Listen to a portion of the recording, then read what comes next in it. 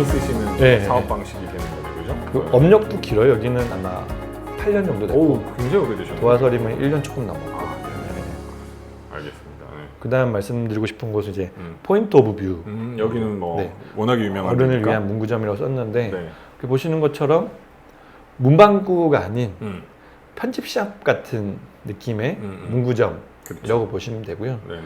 제가 여기에 관심을 갖게 된 계기가 있는데 이제 음. 제가 성수동에서 근무를 꽤 했었어요. 그때 그렇죠. 자주 가던 카페가 이 오르에르라는 카페였는데 음. 굉장히 잘 됐었어요. 음. 근데 제가 이제 재작년에 독립을 하고 음. 한 3개월에 한 번씩 성수동으로 해도 음. 너무 변화가 많으니까 변화를 어떤 모니터링 할 겸 가는데 작년 가을쯤 되니까 이 잘 되던 오르에를 없애고 이게 지금 같은 공간이거든요. 네네네. 1층에 포인트 오브 뷰라는 걸 맞아요. 열었더라고요. 근데 포인트 오브 뷰는 전 이때도 봤어요. 이때는 네. 어디였냐면 2층, 그러니까 1층에 오르에르라는 곳은 카페로 됐고 네. 2층에는 오르에르 아카이브라고 해서 네. 일종의 편집샵이었는데 거기에 한 코너로 있었던 건데 네. 얘가 1층으로 내려온 걸 보고 아니 잘 되던 오르에르를 대체할 만큼 이게 대단한 건가? 더 놀라운 건 1층뿐만 아니라 전체를 다 건물 전체를. 네, 3층 총 이제 건물 전체를 문방구화 시킨 네. 거죠. 네. 연면적 180평 공간을 네. 150평인지 180평인 공간을 네. 다 쓰고 네. 아 이것도 되게 놀라웠는데 1층은 툴, 음. 2층은 씬, 3층은 아카이브라는 거대한 주제를 가지고 가슴이 웅장해지는 이게 어떻게 가능하지? 네네. 했을 때 당연히 어떤 사업적인 어떤 뭐랄까 어떤 이제 사업이 되겠다라는 어떤 타이밍 이런 것도 네네. 있었을 거예요. 실제로도 이 성수점을 건물을 다 쓰는 걸로 하기 전에 2021년 아마 가을, 그러니까 11월 정도에 여의도 더현대 서울을 오픈할 때 포인트 오브 뷰가 바로 혹은 좀 있다가 같이 오픈을 했는데 그때 성과가 좋았던 걸로 제가 들었어요. 이제 거기서 뭔가 사업적인 가능성도 보았겠으나 네네. 그럼에도 불구하고 저는 대단한 결정을 할 수 있었던 게 전 이 주인장, 이 대표이신 김재원 대표의 취향, 꿈 이것 때문에 생각해요. 제가 이분 인터뷰를 실제로 여러 번 만나 뵙기도 했지만 인터뷰를 보고 되게 인상 깊었던 대목이 이분이 그 LCDC라는 어떤 타 사업자의 탓했던 네네. 공간을 기획하기도 했지만 역시 성수동에 있죠. 네네네. LCDC는. 네. 자그마치 뭐 오르에르 WDH 뭐 등등 되게 좋은 공간, 느낌 있는 공간들을 많이 하셨는데 그 원동력이 뭐냐라는 질문에 그 본인은 초등학교 때 처음 두근거림을 느낀 게 예쁜 지우개를 봤을 때래요. 그래서 그러면 자기는 무용한 아름다움을 봤을 때 너무 떨린다는 거예요. 그러면서 그 첫 번째 오브제가 지우개였고 네. 그래서 용돈만 받으면 그냥 문방구로 가서 예쁜 것들을 샀다는 거예요. 그러면서 자기는 언젠간 꼭 문방구 사장이 돼야겠다라는 생각을 품었다. 전 그 꿈이 어떤 사업적인 어떤 타이밍을 맞아서 요거는 결정을 할 수 있고 실현을 할 수 있었던 원동력이라고 생각을 하고 그러다 보니 뭐 예를 들면 뭐 아트박스 이런 데도 좋은 공간이긴 한데 그런 것과는 굉장히 차별화되는 편집샵스러운 네네. 이런 공간이 연출됐고 네. 여기는 1층에 툴이라는 공간인데 여기 3층 아카이브는 네.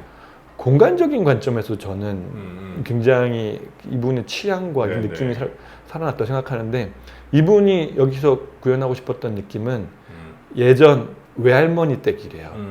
이런 나무로 돼 있는 이런 정성. 아, 근데 그래요? 예, 마침 이 공간이 이게 있었대요. 그래서 이걸 빼지 않고 그대로 유지하면서 했다. 이런 것들이 저는 문구에 대한 어떤 취향과 사랑뿐만 아니라 공간 느낌에 대한 이런 이분의 어떤 취향까지 다 녹아졌고 심지어 이분은 좋은 게 공간 텍스타일, 그러니까 텍스타일 디자인으로 이제 영국에서 유학을 해서 한국에 와서는 이제 공간에서 패브릭으로 연출하는 이런 일을 하셔가지고 공간의 언어화하는 것도 저는 그게 잘 돼서 어떤 폭발성을 가질 수 있었다고 보는데요. 좀 제가 또 놀랬던 게 뭐 우리 유아봉 교수님도 문구를 좋아하시니까 그런 얘기 저거 했었잖아요. 그러니까 일본과 맞아요. 프랑스가 문구는 짱이다. 근데 여기를 가보면 정말 많은 외국인들이 있는데 불어랑 일어가 되게 많이 들고 그래서 아니 세계 최고의 문구의 성지에서 온 사람들이 왜 이곳을 오지? 했을 때 제가 본 것은 PB예요. 그러니까 POV, 그러니까 포인트 오브 뷰 오리지널이라는 이름으로 PB 상품을 했는데 지금 뭐 제가 캡처를 해서 그 어떤 물성의 아름다움이 잘 못 느껴질 수 있긴 한데 제가 가서 봤을 때는 너무 아름다웠어요. 그래서 저는 이런 표현을 하는데 포인트 오브 뷰가 전 한 섹션일 때부터 봤으니까 어떤 그런 성장의 과정을 봐서도 그렇긴 한데 3층의 아카이브부터 신 여기 툴까지 내려오면서 저는 뭔가 어떤 덕업일치, 덕질을 여기 어느 경지까지 가면 이 숭고함까지 느껴지는구나. 그래서 그런 거에 느꼈던 곳. 본인이 확실히 울림과 설렘을 가지셨네요. 이 공간에. 맞습니다. 네. 그런 곳들만 제가 선별했습니다. 많은 공간이 있지만 예. 제가 또 의학원 교수님한테 가끔 이제 울림과 설렘을 느끼니까 제가 굉장히 신경을 많이 썼습니다. 좋습니다. 계속 더해주세요. 네. 네. 이제 취향 측면에서 마지막 공간인데 여기도 제가 울림과 설렘 많이 느낀 곳인데 이제 김봉찬이라는 생태 조경사의 작업실이라고 보시면 돼요. 그러니까 딱 들어가면 여기서 굉장히 편안하면서도 압도적인 카리스마를 느끼거든요. 맞아요. 그러니까 이곳을 제주도에 있죠? 네네, 제주도 서귀포 이제 감귤로 유명한 지역에 있는데 여기를 이제 카페로 하시는 분들이 많은데 사실 카페는 아니고 3,000평짜리 가든에 입장료를 따로 받고 싶진 않아서 입구에 카페를 둔 곳이라고 보시면 돼요.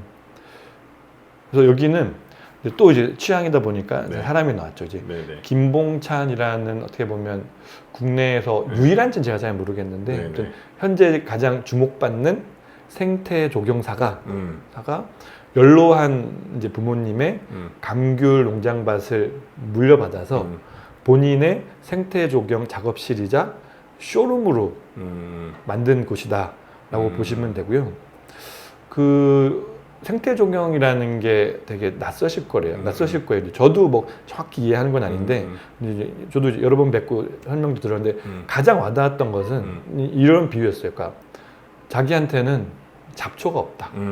우리 이제 잡초라는 것은 이제 서브 마이너이고 그럼 메이저가 있는 거잖아요. 그럼 잡초는 속아내야 되는 거예요. 근데 이분은 그게 아니라 뭐 다른 동물도 마찬가지지만 모든 식물은 그 자체의 존재 이유가 있는 거다. 잡초라 불리는 것도 그 풀의 이름이 있고 그 존재의 이유가 있기 때문에 그것들의 밸런스를 잡아주는 게 생태 조경이 하는 일이라고 이분 얘기는 되게 와닿았고 그리고 그 식물을 장식물이라고 생각하지 않는다. 그래서 한 가든 안에 하나의 생태계를 조성해 주는 거라고 생각을 한다. 라고 해서 보시면 막 예쁨이나 이런 것과는 좀 달라요. 그리고 이 이름도 이제 백회라고 했는데 이 백회의 의미 자체가 제주도 방언인데 그 밭을 일구다 나온 돌덩이들을 쌓아놓은 돌무더기가 백회래요. 밭을 일구다 나온 돌무더기? 그러니까 이게 백회라고 보시면 되고요. 이게 실제로 그 감귤밭을 이제 개조하면서 나왔던 것들이고 있더라고요. 저렇게 여기에 있는 게 백회더라고요. 그래서 저는 팬시하진 않지만 되게 에너지를 받았고요. 그러다 보니까 예쁘거나 있어 보이는 것보다는 뭔가 좀 와일드하다고 해야 되나? 맞아요. 맞아요. 근데 압도되는 뭔가. 그래서 되게 재밌었던 것은 뭐 이게 저만 좋아하는 게 아니고 또 제 지인이 저기 크리에이티브 디렉팅과 아트 디렉팅 공간을 해서 이제 내부 얘기를 많이 들었는데 디마케팅을 했어요. 왜냐하면 작업실이자 뭐 되게 쇼룸이기 때문에 클라이언트 될 사람들만 와서 보면 되니까. 근데 너무 많이 온 거죠. 가면 그럴 때면 주차가 너무 열악해요. 너무 많이 와서 지금은 또 이제 돈 잘 벌면 또 어떻게 보면 잘 활용 기쁜 일이니까. 그렇죠. 지금은 시즌 2로 공간을 더 확장하는 거를 하고 계시고 이 공간뿐만 아니라 이게 또 너무 알려져가지고 지금 뭐 대한민국의 회장님들 혹은 사모님들은 이분하고 이래버리면 난리가 났어요. 그래서 뭐 대표적인 사례가 이게 아모레 성수인데 김봉찬 대표님이 하신 거고 그러니까 예쁨과는 다른 유용이 느껴지시잖아요. 그래서 맞아요. 지금 난립니다. 이 또한 저는 그 생태 조경 그리고 이제 김봉찬 대표님은 초등학교 때 알았대요. 나는 그 사내들의 나무를 보면서 친구들 놀 때보다 더 기쁨과 위로를 많이 느꼈다. 그것에 꽂혀서 그것에 자연스럽게 그것을 좋아하고 쌓아왔던 어떤 취향 때문에 전 이 또한 이 공간에 힘을 갖게 됐다라고 생각합니다. 확실히 백해도 그렇고 아모레 성수도 그렇고 다른 거는 굉장히 그러니까 이 정원 아모레 성수 같은 경우에는 공간 안에는 잘 큐레이션이 됐다라는 생각이 드는데 그 정원은 큐레이션이 됐다라는 느낌보다는 잘 놔뒀다 이런 느낌이 있더라고요. 네네. 건드리지 않고 잘 놔뒀다. 물론 엄청 큐레이션을 한 것이겠지만 보기에 되게 잘 놔둔 공간이네 라는 생각이 드는 거 보면 그 생태 조경이 뭔지 잘 몰랐는데 그런 의미가 생태 조경이지 않을까라는 생각이 들더라고요. 그게 어떻게 보면 예술가적 접근인 것 같아요. 논리로 설명할 수 없는 어떤 직관. 근데 그걸 어쨌든 비즈니스 영역으로 끌고 들어갔잖아요. 네네네. 그게 굉장히 대단한 거죠. 네네. 맞습니다. 네. 그럼 지금까지는 어떻게 보면 이제 한 주인장이라는 개인의 취향을 디깅했던 사례들이라고 하면 꼭 개인의 취향만으로 콘텐츠적 가치를 확보할 수 있는 건 아니라서 어떻게 보면 사업자 단위에서 결이 잘 맞는 파트너와의 어떤 잘 기획된 어떤 이벤트, 액티비티의 축적을 통해서 콘텐츠적 가치를 확보한 어떤 사례들 좀 말씀드려볼게요. 네네. 첫 번째 소개해드리고 싶은 곳은 이제 대림 창고인데요. 네. 이제 제가 서브로 좀 길게 계속 얘기해도 되죠? 좀 길어진 것 같긴 한데. 저희 한 22분 정도 남았습니다. 아, 네네네네. 한 40분 정도 해야 될 것 같은데. 네, 좋습니다. 성수동 팝업의 네. 효시라고 했는데 네. 요새 성수동 팝업 되게 너무 핫하잖아요. 맞아요. 전 효시는 대림 창고라고 맞아요. 보고 있습니다. 성수동 대림 창고는 2011년도에 열긴 했는데 실제로 그때는 창고였어요. 창고였고 뭐 이건 뭐 팩트니까 그 아까 앞에 말씀드렸던 그 오르에르의 그 포인트 오브 뷰의 김재원 대표가 그 옆에 2014년에 자그마치라는 맞아요. 카페를 열고 나서 네네. 그게 잘 되는 걸 보고 대림 창고도 이제 카페화 했어요. 맞아요. 그리고 카페화 하면서 또 놀라운 거는 자그마치보다 대림 창고가 또 훨씬 잘 됐어요. 사람들이 집객이 되니까 네. 이분은 또 이것을 만드신 분은 홍동희 작가라고 이제 미술 베이스의 어떤 공간에 설치하시는 분이거든요. 그래서 그러면 사람 트래픽이 생겼으니 전시를 하자 해서 풀 상호는 대림 창고 갤러리예요. 그렇게 진화를 해왔는데 그래서 여기는 카페뿐만 아니라 갤러리이기 때문에 이와 같은 어떤 상설 전시물도 있지만 네. 이 작가의 꼭 그걸 지키는 건 아니지만 거의 한 달 단위로 전시를 업데이트하세요. 그런 면에서 저는 어떤 전시 컨텐츠, 전시 이벤트의 축적이 계속 이루어지고 있다고 생각하고 네네. 근데 그런 것들은 꽤 있는데 저는 놀라운 게 팝업이라고 생각해요. 이건 이제 2015년도에 서울시향 공연을 대림창고에서 한 건데 사실 클래식 음악이라는 거는 딱딱할 수 있는데 이런 힙한 공간에 함으로 해서 어떤 장벽이 허물어지고 더 잘 즐길 수 있게 된 어떤 좋은 굉장히 잘 믹스된 아주 조합이라고 네. 생각을 들고 요새는 이런 것도 좀 흔할 수 있긴 한데 이제 미니라는 자동차 브랜드죠. 그러니까 글로벌 브랜드인데 혹시나 좀 힙한 이미지를 얻고 싶었던 네. 브랜드와의 뭐 이런 어떤 이벤트가 또 있었고 저는 이게 끝판왕을 생각하는데 왼쪽의 것은 보테가 베네타 명품 브랜드죠. 네. 그 지갑 굉장히 많은 분들이 사고 계신 네. 샤넬과 퍼렐 윌리엄스의 파티가 이 대림 창고에서 했었어요. 저는 이런 이벤트가 축적되면 이벤트가 없는 날이라고 해도 네. 그 카페에 가면 네. 그치 내가 좋아하는 퍼렐이 여기 왔었던 보테가 베네타 이렇게 힙한 행사를 했던 이런 여운이 저는 전해진다고 생각을 하고 그래서 저는 대림 창고가 계속 더 진화할 수 있었다고 생각을 하고요. 되게 중요한 포인트인 것 같긴 해요. 공간에 어떤 이벤트들이 축적되느냐에서 그 이벤트는 이미 끝났지만 그 공간이 가지는 그 브랜딩이라고 해야 되나요? 아까 말씀하신 그 여운. 네네네. 그게 고객들한테 전해지는 힘이 엄청 큰 것 같아요. 네, 맞습니다. 그 공간이 하여튼 그 공간 안에 들어가는 이제 컨텐츠와 이벤트가 굉장히 중요하다는 의미겠죠, 그죠? 네네. 그리고 이제 이곳을 운영하셨던 홍동희 작가님이 본인의 노하우를 담아서 근처에 또 부지를 매입하신 건지 모르지만 할아버지 공장이라는 곳을 했고 네. 여기는 좀 엿보이는 게 네. 노하우가 담긴 것 같아요. 이제 행사를 하다 보니까 네. 사실 이런 계단 공간이 있는 곳이 아하. 뭐 이제 커피를 마시거나 이러기도 좋지만 네. 토크나 이런 걸 할 때 좋죠. 굉장히 유용하거든요. 네, 그리고 네. 대림 창고는 야외 공간이 없어요. 그래서 이런 마당, 뭔가 이렇게 마당을 만드셨군요. 따뜻하고 아늑한 느낌을 주는 마당이 좋거든요. 거기다가 마당에 또 내려다볼 수 있는 2층공까지 만들어서 이런 것은 제가 보기에 이벤트를 축적함으로 해서 그 다음 공간 설계 시에는 진화했다. 이렇게 보시면 될 것 같습니다. 그 다음 사례는 역시 성수동이긴 한데 샌느라는 네. 여기는 아마 공간을 보시면 하실 텐데 이름은 잘 이렇게 낯설 수도 있어요. 저는 여기는 기획된 팝업 공간의 효시라고 봐요.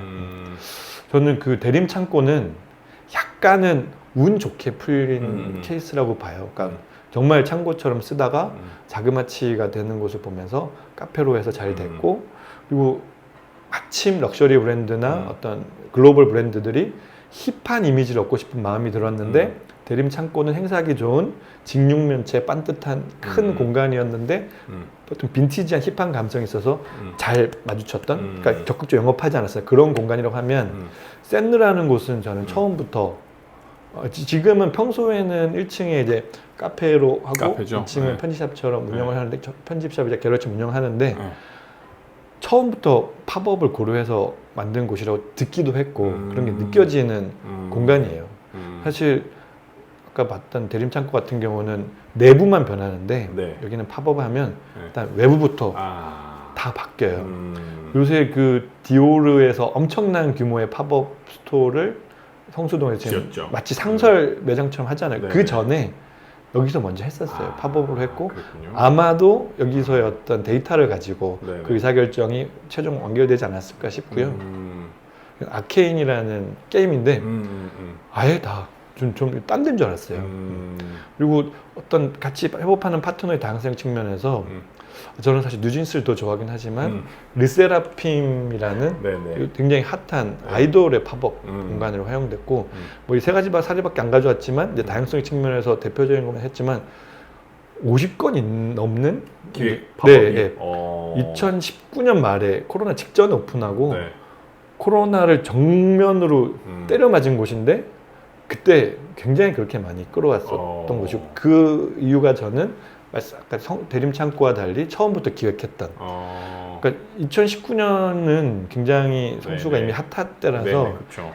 부지도 비쌌을 거예요. 맞아요. 그럼에도 불구하고 일단 성수라는 입지가 주는 상징성과 트래픽을 고려해서 여기 입지를 저는 선택했다고 생각을 하고요. 그리고 행사하기 좋은 네모 반듯하고 맞아요. 큰 공간으로 만들었고 그리고 여기 뭐 힙한 감성 없어요. 뭐 그들은 있다고 생각할 수 있지만 네네. 아예 바탕도 하얗고 네네. 뗐다 붙이기 좋게 이렇게 했기 때문에 저는 이런 게 가능했다고 생각하고 네, 맞아요. 이런 창고형 건물들, 네네네. 그러니까 컨벤션 센터도 마찬가지고 지역의 네네네. 컨벤션 센터 마찬가지. 이런 창고형 건물들은 사실 고객들한테 여지를 많이 주는 거거든요. 고객들한테 자유 의지와 여지를 줘서 충분히 활용 가능하게 만들고 자기 의사나 자기가 생각하는 아까 말씀하신 그 울림과 설렘을 줄 수 있는 디자인을 여기다가 입히기가 좋거든요. 네, 근데 맞아요. 기존의 아까 대림 창고 같은 경우는 사실은 건드리기가 쉽지 않죠. 맞아요. 이미 그 빈티지와 그 역사가 녹아들어 있고 거기에 모양새들이 있기 때문에 그래서 아마 컨벤션 센터와 현재 DDP가 사용되는 측면이 조금 다른 게 이런 의미도 있지 않을까 싶어요. 그렇습니다. 맞습니다. 그리고 대림 창고랑 샌느가 이제 평소에는 카페로 활용되다가 이제 간헐적으로 이벤트를 하는 팝업 공간이라고 하면 이번에 팝업 전용 공간, 효시라고 할 수 있는 프로젝트 렌트라는 곳에 얘기를 해볼게요. 네네. 거의 좀 성수동 특집처럼 되긴 했는데 그러네요. 여기는 이제 여긴 근데 워낙에 핫하니까 지금 예. 네, 사실 K 트렌드의 현재는 거의 종착역처럼 돼 있는 거죠. 네네네. 지금은 이제 연무장길 쪽이 더 핫한데 네네. 이제 사실 시작은 서울숲 쪽에 시작됐는데 그렇죠. 여기는 이제 서울숲 쪽에 있는 4평도 안 되는 작은 이런 비어있는 공간을 렌트를 해서 그러니까 빌려가지고 팝업 하겠다. 네. 그래서 이제 최원석 대표라는 이분이 공간 디자이너 아니고 이제 시각 산업 디자이너인 분이 어떻게 보면 이제 그 이벤트 기획까지 해서 그 서비스를 팔기 시작했는데 그럼 뭐 되겠어 했는데 뭐 이런 어떤 힙한 브랜드라든지 사실 이곳에서 뭐 롯데 같은 큰 대규모 브랜드도 했었고요. 이런 것들로 막 많아져서 이곳 또한 50개 이상의 프로젝트를 했다고 들었고 최소 2주에서 3개월 정도의 어떤 팝업 이벤트를 하고 있더라고요. 그리고 4평 한화 공간을 시작해서 네. 지금은 총 6개 공간, 그 중에 5개는 성수 서울숲길 근처에 있고 네. 하나는 이화여대에 있는, 그래서 그 개수도 많아졌고 네. 지금 아예 이렇게 또 3개층을 다 쓰는 포인트 오브 뷰랑 비슷한데요. 규모도 비슷하고 가나 초콜릿 팝업까지 했던 이런 대규모 공간까지 하고 있고 저기 역삼역 쪽에 가면 그 GS 타워가 있잖아요. 네네. 거기 로비 어떻게 보면 공간감이 굉장히 좋은데도 그쵸. 불구하고 놀고 그쵸. 있는데 그쵸. 그 네. 공간 또한 여기서 네네. 어떤 그 렌트 프로젝트 렌트 네네. 공간으로 활용하고 있어서 굉장히 성장을 했고 맞아요. 이게 계속 성수 그 일대는 5개의 프로젝트 렌트 공간이 계속 컨텐츠가 바뀌니까 데이트를 하거나 영감을 받고 싶을 때 뭐가 있는지 굳이 알아보지 않더라도 뭔가 재밌는 게 있지 않을까? 맞아요. 뭔가 나한테 자극을, 영감을 줄 수 있는 게 있지 않을까 해서 네. 가게 하는 그런 효과까지 나왔던 공간이라고. 사실 코엑스 1층도 네. 얘기가 있었어요. 프로젝트 R이랑 얘기가 있었어요. 이 프로젝트 렌트랑? 네네네. 그러니까 이 렌트처럼 이렇게 팝업 공간을 계속 활용할 수 있었으면 좋겠다. 예. 내지는 프로젝트 R이 임대를 해가면 어떨까. 뭐 이런 얘기도 있었는데 문제는 뭐냐면 감도의 미스매치도 있고 그렇죠.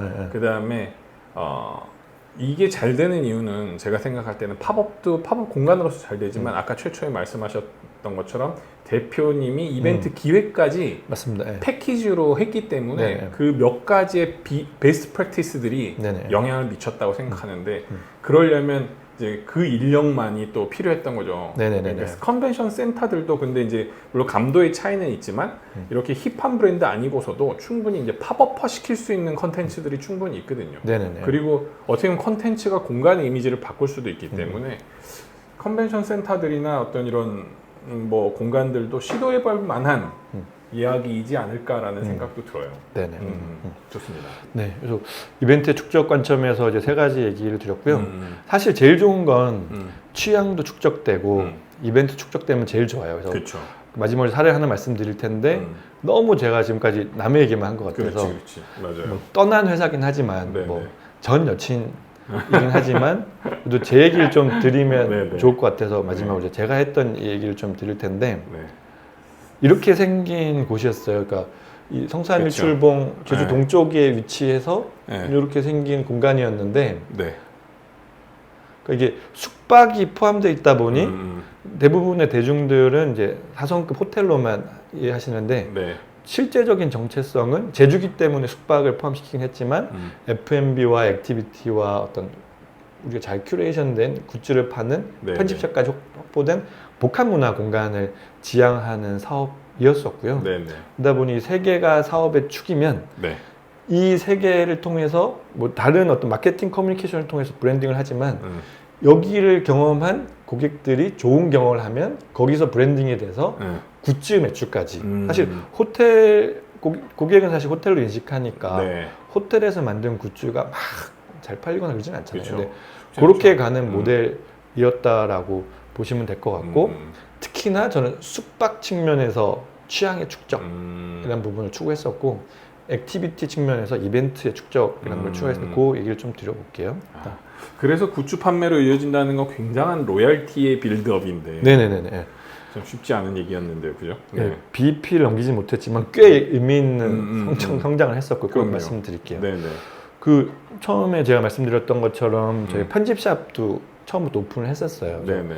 저희 편집샵에서 뭐 다양한 신제품도 팔았지만 이제 빈티지 상품도 많이 팔았는데 그 중에 하나가 이 카세트 테이프 플레이어였거든요. 네네. 그 LP는 사실 많이 익숙한데 근데 LP에 또 지글지글한 맛이 있긴 한데 저는 카세트 테이프 플레이어는 약간 늘어지는 맛도 괜찮을 것 같아서 갖다 놨는데 세대를 갖다 놨는데 다 팔려버린 거예요. 세대가? 네, 그래서 와 이거 되게 니즈가 있다. 네. 그래서 어렵게 그래서 또 세대를 갖다 놨어요. 네. 근데 안 팔리는 거죠. 알아보니까 이걸 좋아했던 나름 유명한 셰프 샘킴 셰프가 그걸 다 사갔더라고요. 그러니까, 세대를 다? 네, 그러니까 이것은 대중이 좋아하는 게 아니라 샘킴만 좋아했던 거죠. 그래서 아 이걸 어떡하지 하다가 네.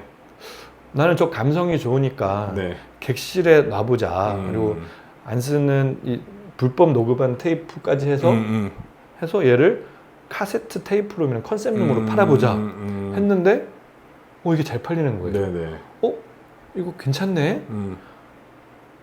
또 편집샵의 양대 악성 재고 중에 하나가 문학과 지성의 그러니까 문학과 지성사의 빈티지 문고본이었어요. 그래서 카세트 테이프룸으로 재미를 좀 봤으니까 문고본 가지고 또 컨셉룸을 해보자.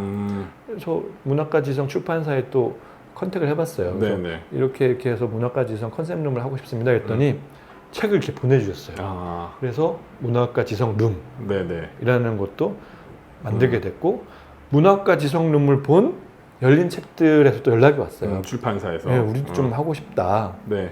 뭘 하면 되냐? 책만 주시면 됩니다 해서 제가 사실 장자크 쌍빼라는 작가를 너무 좋아해가지고 작년에 이제 고인이 되셨는데 이 책들을 거의 다 열린 책들 출판했어요. 그래서 이 책을 모아서 장자크 쌍빼 작가룸이라고. 그래서 뭐 오브제룸도 있고 작가룸도 하다 보니까 미술이 저는 공간이랑 제일 잘 붙는다고 생각했거든요. 그래서 미술가들과 좀 해보자. 근데 저희 타겟이 사실 굉장히 힙한 감성을 좋아하는 25세, 35세 여성들이 많아서 그들한테 요새 좀 어떻게 보면 교감이 잘 되는 작가 누구냐 했을 때 센바이펜 조금 무섭긴 했어요. 근데 이 작가랑 콜라보를 해서 작가는 자유를 줬어요. 마음껏 꾸며봐라. 그리고 이 IP를 가지고 저희가 굿즈를 만들어 편집을 파는 것을 했고 저건 좀 너무 세서 귀여운 감성을 좀 해보자 했을 때 이쪽 차인철이라는 작가가 또 굉장히 핫하더라고요. 그래서 이런 것들도 해서 사실 호텔 객실은 특히나 제주도 같은 곳은 밖으로 많이 나돌아서 잠만 자는 곳으로 인식되기 쉬운데 저희는 뭐 오브제도 있고 책도 있고 미술 작품도 있고 이 외에도 다른 브랜드룸도 많이 했었는데 이런 것들과 하룻밤을 감성적으로 지내는 방으로 포지셔닝 돼서 저는 이렇게 취향이 좀 축적될 수 있었다라고 생각을 하고요. 이벤트 측면에서는 정말 열을 했습니다. 그러니까 플레이 해볼 수 있는 모든 것을 다 시도했다고 보시면 되고 누적으로 치면 100여 개 이상의 액티비티를 했었고 그 동시에 제공했던 걸 치면 한 30여 개 정도의 액티비티를 제공했었어요. 공간적으로 연결해서 보면 제주도는 사실 자연 환경이 제일 좋아요. 그래서 밖에 나가서 할 수 있는 액티비티는 당연히 해야 돼서 저희 바로 앞에 성치기가 아니죠. 그 성산 일출봉 앞에 광치기 해변이 있는데 광치기 해변을 뛰는 광취기 술 마신 다음날 광취기 러닝이라는 액티비티도 했었고 오름을 낮에 가는 경우는 많지만 밤에 좀 어드벤처스럽게 갈 수 있는 용눈이 빛나요라는 야간 오름 트레킹도 했었고 패들보딩 이런 것들을 기본적으로 진행을 했었고요. 또 계속 밖에만 나갈 수는 없으니까 또 비도 많이 오니까 실내 공간에서 할 수 있는 액티비티 준비했었는데 이 펍에서 저희가 기본적으로 판매하는 칵테일에서 칵테일 만드는 칵테일 클래스도 했었고 음향 시설을 처음부터 공연할 수 있게 그리고 드럼 같은 것들은 연주자가 가져올 수 없으니까 기본 세팅해서 1년에 100회 이상씩 공연을 계속 했었고요. 이상순 씨가 유명해지기 전에 미리 계약을 해서 이제 뜨자마자 디제잉 했는데 성지가 됐죠. 이런 것들을 했었습니다. 그리고 호텔 같은 경우 이제 연회장이라고 하죠. 그런데 연회장이 전 너무 좀 딱딱해서 거기서 할 수 있는 액티비티가 세미나밖에 없을 것 같아서 좀 다양한 행사를 하고 싶어서 일단 연회장에 이런 그래피티를 해서 어떤 부담감, 어떤 격식 있음을 쫙 걷어냈고 그 덕분인지 이런 작가들의 그 대림 창고의 작품 전시처럼 이런 것들을 좀 팝업으로 할 수 있었고 뭐 요가 같은 원데이 클래스도 매일 돌아가게 했고 무비 나잇이라고 해서 독립 영화들을 틀었었어요. 그래서 이 독립 영화 감독과의 만남 이런 것들도 이 저희 연회장을 액티비티 라운지라고 불렀는데 네네. 거기서 했었고 프라이탁이 굉장히 운 좋게 저희 편집샵에 입점을 했어요. 그래서 프라이탁이 사실 그 업사이클링 브랜드로 유명한 곳이고 그 트럭 가죽이죠. 트럭 방수포를 가지고 가방을 만들었던 거라서 그런 걸 좀 체험할 수 있는 이벤트를 하자. 그래서 트럭 방수포를 준비를 해서 그러니까 프라이탁 본사에서 한 150명 신청을 받아서 나만의 트럭 방수포 파우치를 만드는 이벤트를 해서 굉장히 인기를 끌기도 했었습니다. 그리고 이곳에서 작은 페스티벌처럼 어떻게 보면 한국의 최초의 독립서점을 할 수 있는 북바의 북과 네네. 작은 북 페스티벌도 진행을 했었고요. 사실 핵심은 저는 이 광장이라고 그쵸. 하는데 네네. 이건 굉장히 큰 의사결정이었어요. 네네. 보시는 것처럼 청산일출봉이 이쪽에 있어서 네네. 보통의 건축 설계를 하면 한 동으로 지어서 네네. 최대한 일출봉 보이는 뷰를 만들죠. 많이 만들려고 하는데 네네. 일출봉을 등진 네네. 광장을 네네. 만들었다는 건 지금 생각하면 좀 후회가 많이 나는 결정이기도 한데 그만큼 네네. 액티비티의 진심이었다. 네네. 그래서 이곳에서 이런 버스킹 같은 어떻게 보면 좀 가벼운 이벤트도 했었고 이분 되게 핫한 타투이스트인데 네네. 이분 불러서 어떤 타투이스트라는 직업에 대한 스몰 토크 같은 행사도 했었고 처음엔 셀러 2명으로 시작했던 플리마켓, 골목시장의 플리마켓에서 매주 1000명 이상이 차지하는 어떤 골목시장이나 플리마켓을 형성했고 얘가 핫해지면서 띵굴시장이라는 굉장히 메이저 그렇죠. 마켓과 콜라보 마켓도 열어서 5000명 이상의 날 집계획을 했었고요.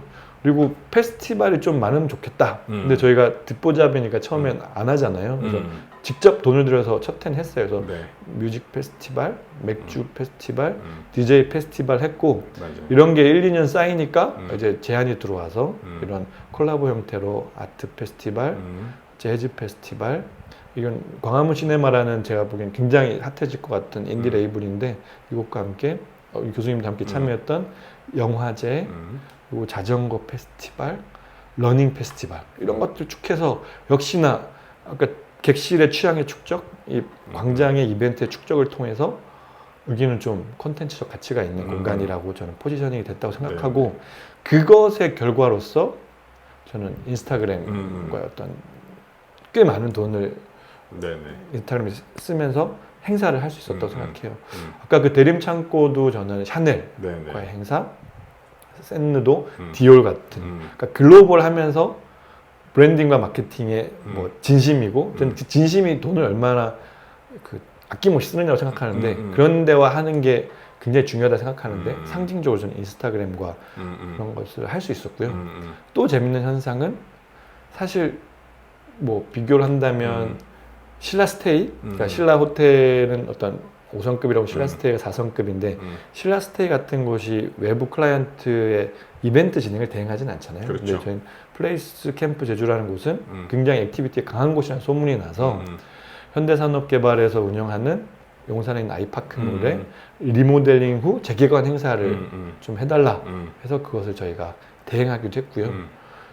이게 동탄에 있는 동탄 호수를 끼고 있는 레이크 꼬모라는 코엑스몰 같은 라이프 스타일 몰에 1년간 액티비티와 페스티벌을 진행을 하기도 했고 이런 특이한 부가적인 수익 모델도 나왔고 이게 아까 그 샵의 굿즈 매출 연결된 건데 편집샵에서 이제 이런 히트 상품 그러니까 베스트셀러자 스테디셀러가 나왔어요. 그러니까 이 마더그라운드라는 1인 디자이너 브랜드와 콜라보한 상품인데 월 1000 이상씩 꾸준히 매출이 네, 매출이 나왔었고 네네. 고객들이 요구를 하기 시작했어요. 네. 이제 계속 편집샵에 올 수는 없으니까 우리한테 와서 좋은 경험을 했던 것. 그러니까 객실 친구가 너무 좋으니까 얘도 좀 팔아주세요. 그리고 또 저희 아까 그 마더그라운드 상품 말고도 편집샵의 히트 상품이 원마일 팬츠라고 해서 꾸안꾸 스타일의 어떤 룸웨어거든요. 얘도 좀 팔아주세요 해서 직접 저희가 온라인 쇼핑몰을 열기에는 리스크가 있으니까 와디즈라는 외부 크라우딩 플랫폼을 통해서 해서 굉장히 성공적으로 펀딩을 해서 직접 자체 몰을 만들어서 판매를 했어요. 그래서 진짜 성과가 있었냐 보여드리면 처음 2017년에 저 오픈해서 1년간 매출은 이런 상대적인 네네. 당연히 숙박과 F&B가 컸고 네. 근데 3년 지났을 때는 숙박 F&B 여전히 크긴 한데 네네. 굉장히 많이 컸어요. 엄청 드라마틱한 네, 발전이네요. 그죠? 이 두 곳은 120% 이내의 음, 성장이었다고 하면 두 곳은 4배 이상의 성장이었고 그런 액티비티는 현장에서 팔았기 때문에 올라갈 수 있다고 네네. 생각하지만 얘는 되게 놀랍다고 굿즈는 생각하는데 굉장히 놀라워요. 네, 네. 이게 저는 점점점 진화하면 결국에는 이제 숙박 F&B는 특히나 공간의 제약이 많기 때문에 성장이 저해되지만 네. 얘들은 아까 그 대행을 할 수도 있고 그렇죠. 여기는 온라인을 팔 수 있기 때문에 그렇죠. 이렇게 성장할 거라고 봤고 음. 그 전제 조건이 여기서 좋은 경험을 해서 음. 울림과 설렘을 느낀 고객들이 팬이 돼서 브랜딩이 됐을 때 결국 네. 취향과 네네. 이벤트의 축적이 네. 브랜딩에 직관적으로 영향을 네네. 미친 거죠, 그죠? 네네. 네네. 그래서 음. 이런 관점에서 이제 제 나름의 생각들을 좀 주절주절 말씀드린 것 같아서 마지막으로 좀 정리를 좀 해보면 네. 일단은 그 20년 좀 넘게 이제 사업 개발 일을 하면서 한 최근 10여 년 동안 공간 기반 사업에서 어떤 변화를 느꼈고 그 변화의 핵심이 저는 예전에는 분양 수익, 그러니까 네. 먹고 빠지는 모델이었다면 지금 네. 그게 어려워져서 네. 운영 수익이 주된 수익원이 되면서 네.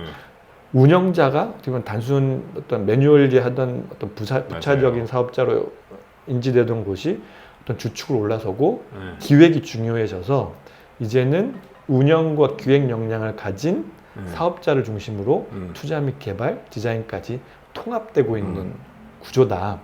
그리고 이 기획 운영 관점에서는 무인화는 따를 수밖에 없는 대세고 차별화 요소는 울림과 설렘을 주는 것이고 그 방법이 울림과 설렘을 줬을 때 좋은 게 사업의 성공 가능성, 부가적인 수익을 올릴 수 있는 가능성을 높여주고 그 방법이 저는 취향의 축적, 이벤트의 축적이다. 이렇게 짧게 요약할 수 있는 내용을 좀 길게 말씀드렸습니다. 네. 오늘 진짜 오랜만에 우리 김대우 대표님의 이 일장 연설을 들으니까 아니 굉장히 역시 오랫동안 이 일을 해오고 또 이 일에서 굉장히 큰 규모의 일을 스스로 한번 해봤었잖아요. 네네.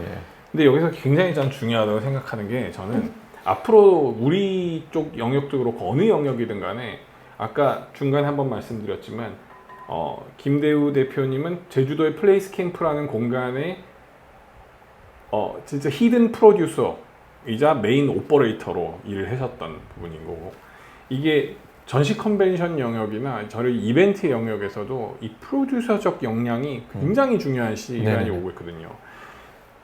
이미 중요했었고 어떻게 보면 근데 지금 더 중요해지고 있는 것 같아요. 그걸 운영 오퍼레이션은 무조건 중요하죠. 제일 중요한 영역일 수도 있어요. 네네네. 근데 그게 프로듀서적 마인드가 없는 운영은 결국 그냥 운영으로만 남게 되는 거고 맞습니다. 프로듀서적 마인드가 있는 운영은 내게 되는 운영인 것 같아요. 그래서 그 후자의 영역을 가지기 위해서는 굉장히 다각도의 영역들에서 이런 인사이트들을 계속 흡수를 하고 우리 마이스 영역에서도 보면 뭐 전시를 예를 들면 분양 수익은 부스 판매랑 이어지는 건데 이제 어떤 분양 수익의 개념에서 벗어나기 시작하고 이게 운영 수익의 개념으로 넘어가서 그 기획과 운영이 굉장히 중심이 되고 기획과 운영을 통해서 운영 수익이 생기고 그 운영 수익이 생기는 과정에서 팬덤이 유지돼서 브랜딩 경험을 통해서 브랜딩을 가능하게 하고 해서